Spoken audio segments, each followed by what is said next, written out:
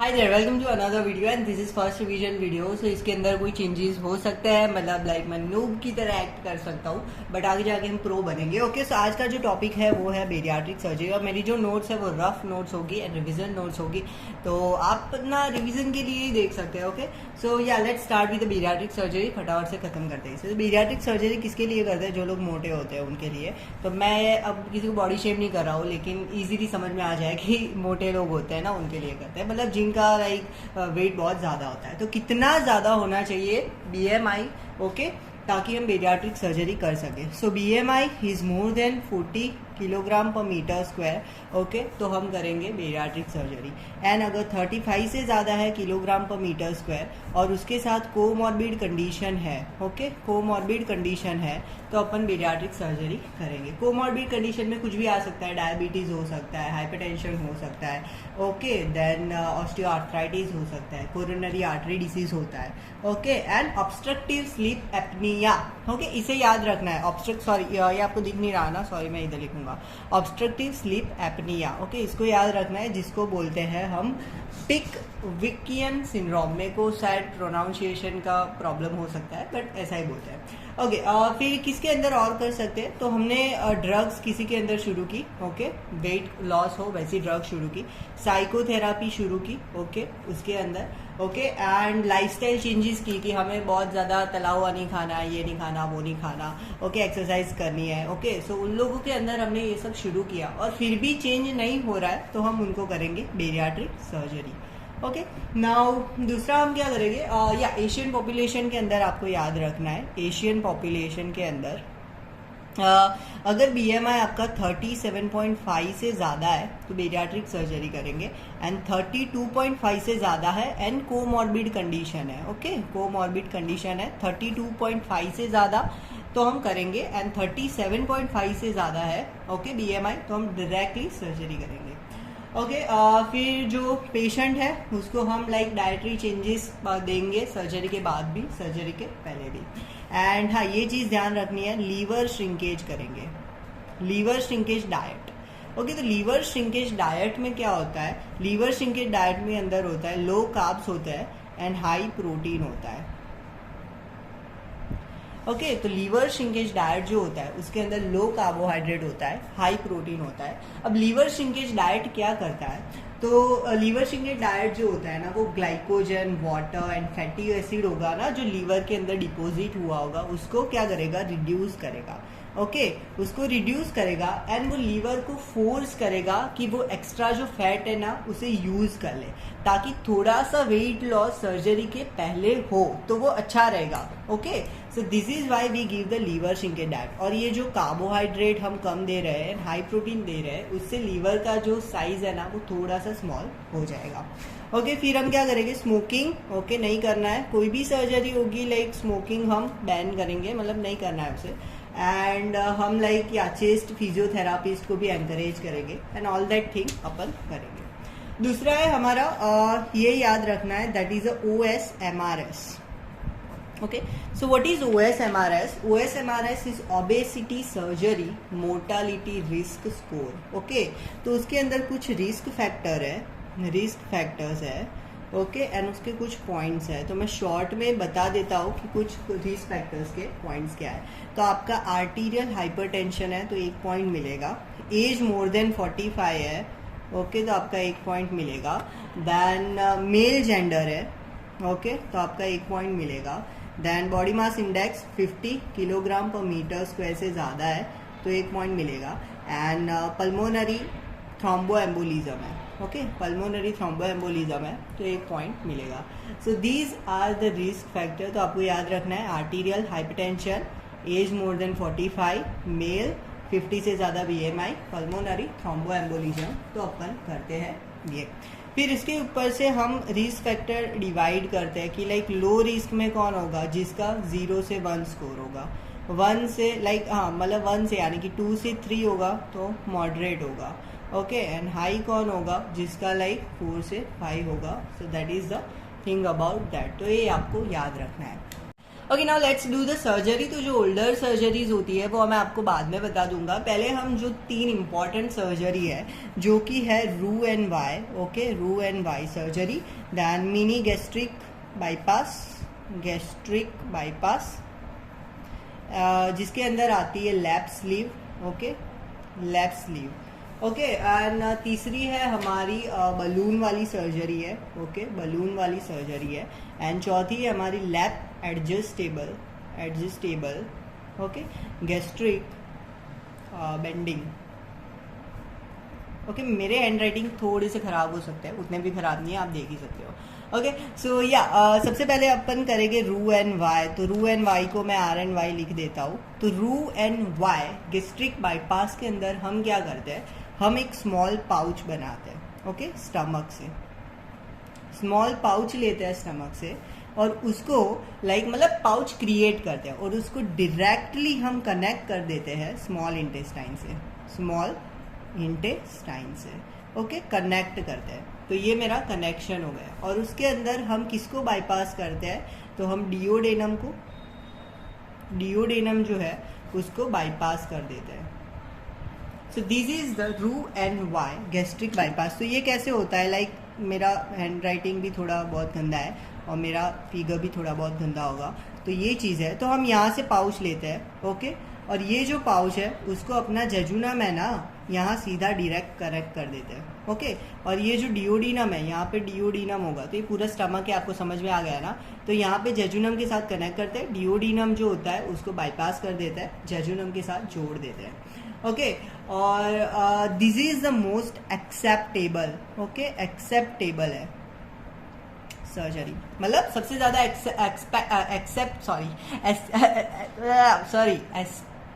Accept की जाती है, okay. So this is the thing about रू and Y, okay, gastric bypass. अब इसके अंदर रू क्यों बोलते हैं, ROUX, ओके, रॉक्स नहीं बोल रहा है, दैट इज अ रू, ओके। तो रू किसको बोलते हैं, रू it is a segment, okay, intestinal segment that following surgery is a primary recipient of the food।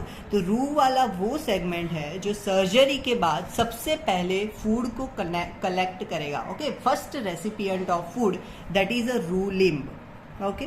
तो रू लिम्ब का जो सेंटीमीटर है, लिम्ब का लेंथ है, वो कितना होना चाहिए, 75 to 150। मैं इधर लिख लेता हूँ 75 to 150, ओके। रू लिम्ब 75 to 150 सेंटीमीटर लेंथ होना चाहिए। तो अच्छे से काम करेगा ये सर्जरी। और बहुत ही ज़्यादा मोटे लोग हैं और बहुत ही ज़्यादा ऑबेज पेशेंट हैं, तो उनके अंदर हम 150 सेंटीमीटर रखते हैं length, okay, for more obese, for very obese, okay. अब इसके अंदर हम देखते हैं complication.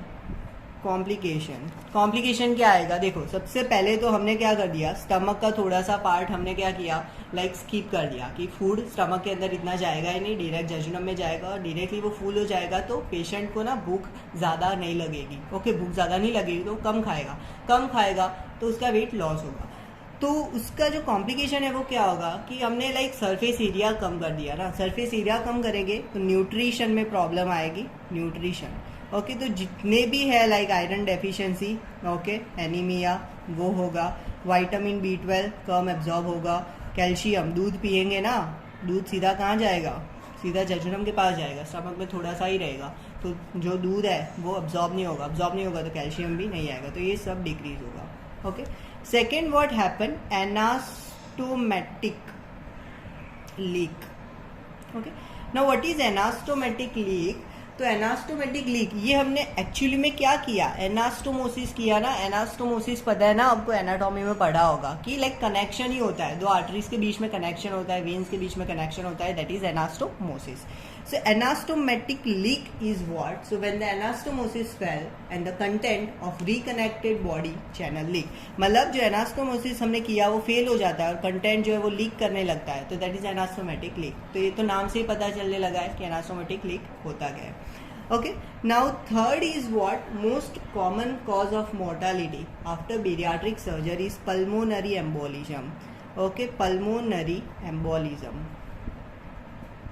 most common cause of death, okay, most common death, most common यहाँ पे दिख नहीं रहा बिकॉज मेरा ये हो जाता है, okay। तो most common death, most common cause of death in the रू and Y, okay, gastric bypass, जिसका क्या होता है बेरियाट्रिक सर्जरी के बाद भी, तो that is a pulmonary embolism.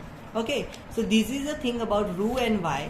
Okay, gastric bypass हम क्या करते हैं, पाउच लेते हैं, पाउच लिया एंड फिर उसको कनेक्ट कर देते हैं स्मॉल इंटेस्टाइन के सेगमेंट के साथ, डिओडिनम को बाईपास कर दिया. और रूल इनकी लेंथ याद रखनी है, वेरी ऑब्वियस. कॉम्प्लिकेशन तो इजी है कि क्या होगा, न्यूट्रिशन में प्रॉब्लम होगी, एनास्टोमेटिक लीक होगा, पल्मोनरी एम्बोलिज्म होगा. Now let's see the mini gastric bypass. Okay, our second surgery is mini gastric bypass.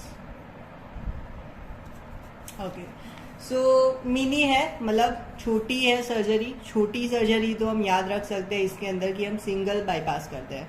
Okay, single bypass करते हैं. ओके, सिंगल एनास्टोमोसिस करते हैं, बाईपास करते हैं.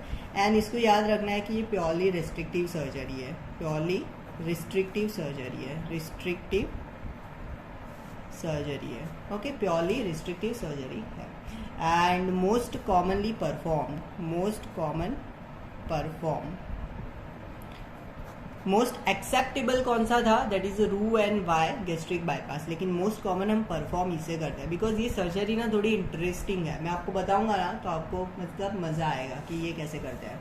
ओके, सो देखो इसके अंदर अपनी सर्जरी का नाम है that is a lap sleeve gastrectomy.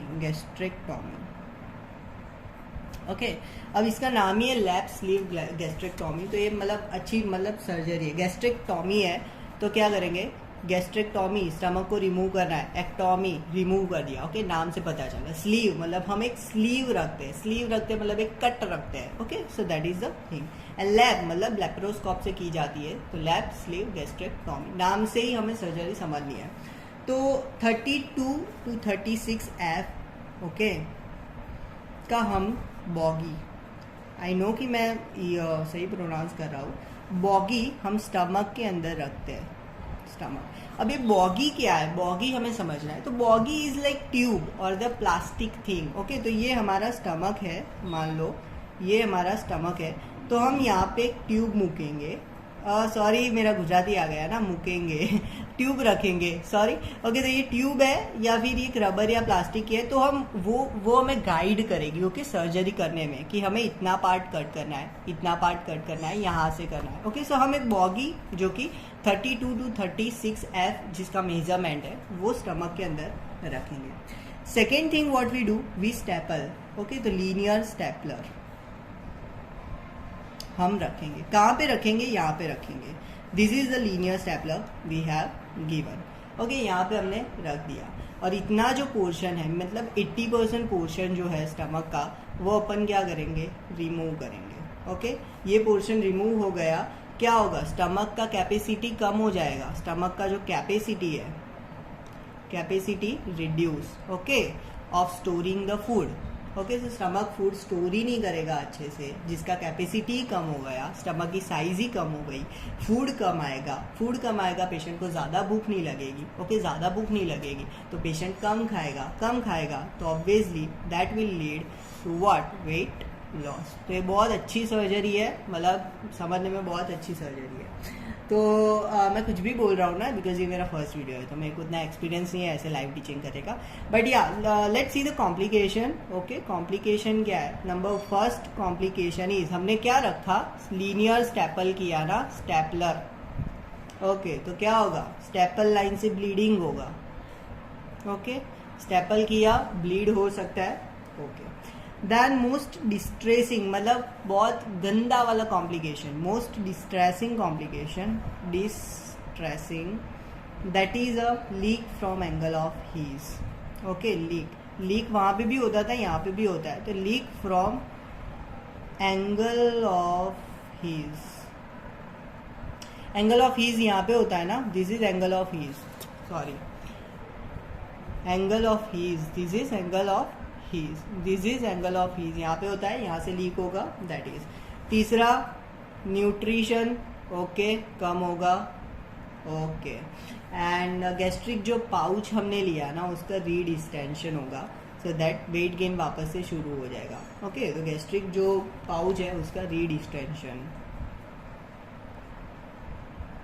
Gastric pouch जो है उसका रीडिस्टेंशन होगा, जो हमने स्लीव रखा उसका रीडिस्टेंशन होगा, वापस से ना स्टमक का जो साइज है वो बढ़ने लगेगा एंड वापस से लाइक वेट गेन होने लगेगा।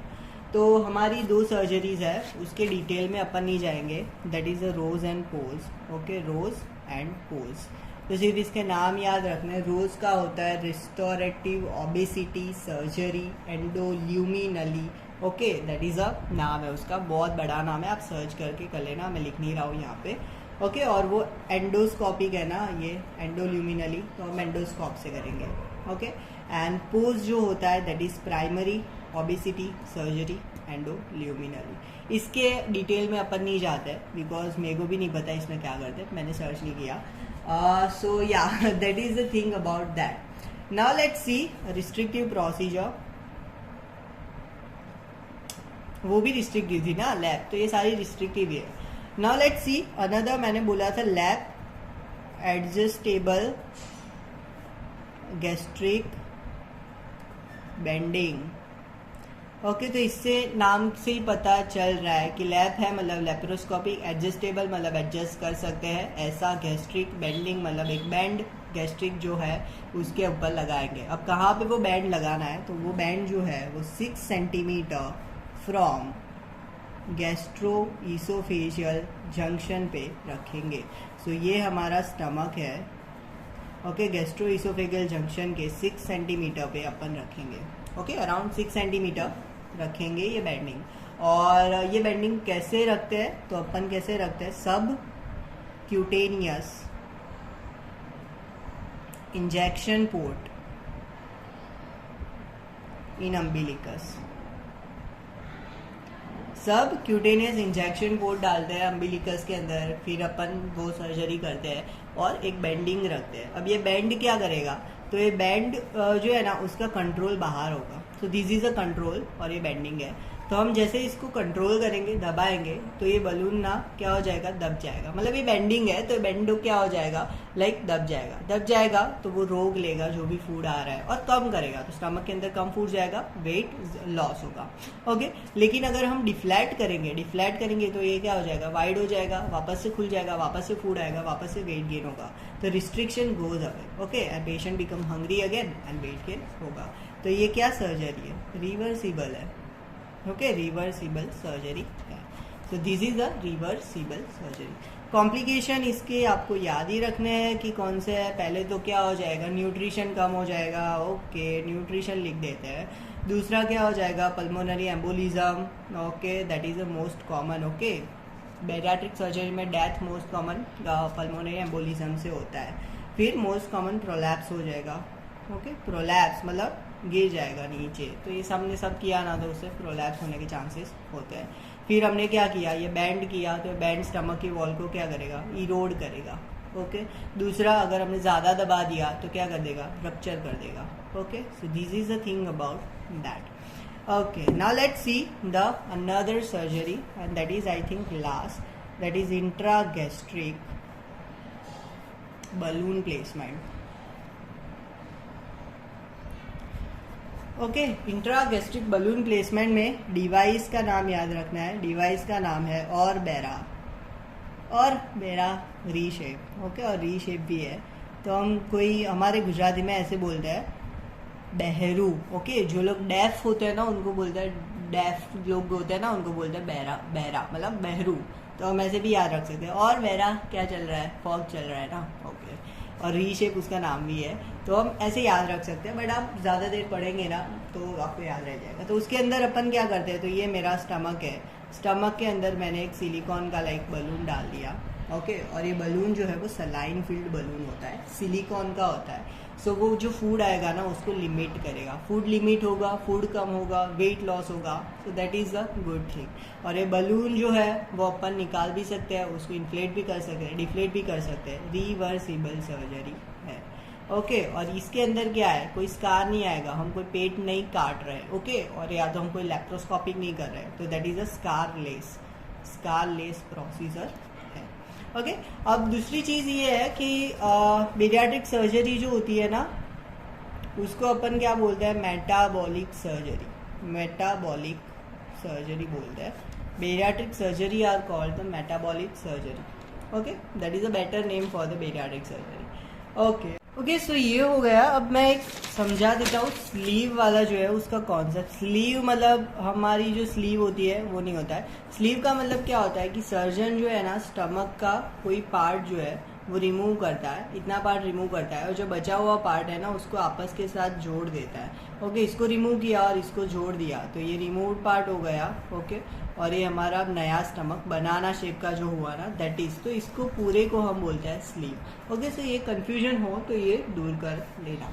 ओके, अब बेरियाट्रिक सर्जरी के बाद फॉलोअप करना पड़ेगा. फॉलोअप क्यों करना है? क्योंकि पेशेंट घर जाके फिर चिप्स खाने लगेगा, बर्गर खाने लगेगा, पिज़्ज़ा खाने लगेगा, वापस से वेट गेन ज़्यादा हो जाएगा. तो इसीलिए फॉलोअप करना पड़ेगा. उसको लाइक 2-4 देने पड़ेंगे कि भाई खा मत इतना ज़्यादा, वापस से तेरा फिर सर्जरी किया और क्या हो जाएगा. ओके, तो ये सारी चीज़ें होती है, इसलिए हमें उसका करना पड़ता है फॉलोअप. ओके, फॉलोअप कितने महीने करना है या कैसे करता है? तो इनिशियली सर्जरी ख़त्म होने के बाद तो वो पेशेंट थोड़ा रहेगा हॉस्पिटल के अंदर, तुरंत ही आप लाइक हॉस्पिटल में फॉलोअप चलता रहेगा उसका, और थोड़े दिन रहेगा और फिर हम 3 मंथली करेंगे. ओके, 3 मंथ्स पेशेंट को डॉक्टर को दिखाने को आना है और आके सच बोलना है कि मैं खा नहीं रहा हूँ पिज़्ज़ा बर्गर और ये सब. ओके, सो ये सारी चीज़ें 3 मंथली करनी है इनिशियली. फिर लाइक 2 साल हो गए तो after 2 years, okay, after 2 years patient का हमें 6 मंथली करना है. Okay, per year. ओके, तो 1 साल में 6 मंथली करना है. Okay, so this is the thing about that. दूसरी एक चीज़ है जिसके लाइक 2 टेबल्स है, तो उसके अंदर बहुत सारे नंबर्स है, इंक्रीज है, डिक्रीज है, नो चेंज है और ये सारी चीज़ है. तो हम सारी याद नहीं रख सकते, बट मैं टेबल डाल दूंगा यहाँ पे नोट्स पे. ओके, तो उसके अंदर है कि लाइक माल अब्जॉर्प्शन कितना होता है सर्जरी में, फिर एक्सेस वेट लॉस कितना होता है, फिर हाइपरटेंशन का जो रिमिशन चीज़ें हैं, फिर कौन से हार्मोन इंक्रीज होते हैं, ग्रेलिन और जीएलपी मेन इंपॉर्टेंट है तो वो याद रखना है, वो मैं टेबल पे डाल दूंगा. फिर जो भी जीआईपी है, सीसीके है, लेप्टिन है, वो कौन सी सर्जरी में इंक्रीज होता है, डिक्रीज होता है, तो ये सारी चीज़ें हैं. तो ये नंबर्स है या इंक्रीज डिक्रीज का रेशियो है, सब तो याद नहीं रहेगा. ओके, सो हम इतना याद रख सकते हैं, तो वो मैं डाल दूंगा. सो this is all about bariatric surgery. Okay, I hope कि आपको समझ में आया होगा. एंड रिवीजन वीडियो मेरा भी रिवीजन हो गया. तो ये नोट्स मेरी जो है वो बहुत गंदी वाली नोट्स है. ओके, फिर भी आपको लेनी है तो you can just by it from the crayons platform. और इसकी प्राइस है 1 रुपीज़, बिकॉज मुझे नहीं लगता कोई 10 या 20 रुपये में भी इसे लेगा, बिकॉज मेरे बहुत बुरे हैंड राइटिंग है और इसे कोई पढ़ भी सकता है. आई थिंक ये सिर्फ रेफरेंस के लिए मैंने बताया है. तो मैं इसकी प्राइस 1 रुपीज़ रख रहा हूँ क्योंकि मिनिमम जो प्राइस है वो 1 रुपीज़ है और 1 रुपीज़ तो बहुत कम प्राइस है, एवरीवन कैन अफोर्ड. सो अगर आपको ये चाहिए लाइक रिवीजन के लिए तो आप ले सकते हैं, otherwise you can like do your work. And मैं भी ऐसे रोज़ आपको वीडियोस देता रहूँगा और ये वीडियोस बहुत लंबे होते हैं तो आप 0.5 पे देख सकते हैं. एक्चुअली मैं 0.5 पे 1.5 पे देख सकते हैं. मैं एक्चुअली 1.5 पे बोलने की कोशिश कर रहा हूँ, लेकिन मेरा जो टंग है ना वो स्लीप हो जा रहा है तो कुछ भी निकल रहा है मेरे मुंह से. Okay, so that is the thing about that. अपन शाम को करेंगे ओके गायनेकोलॉजी वाला वीडियो. ओके, उसके अंदर अपन लाइक नॉर्मल जो भी चीज़ है, फर्टिलाइजेशन कैसे होता है, ऑल दैट वो देखेंगे. So let's close this topic. Bye. And हाँ, सब्सक्राइब करो, फॉलो करो एंड ऑल दैट थिंग. और क्रेयॉन्स पे जाओ, अपना अकाउंट बनाओ और मेरा रेफरल कोड यूज़ करो. Okay, bye.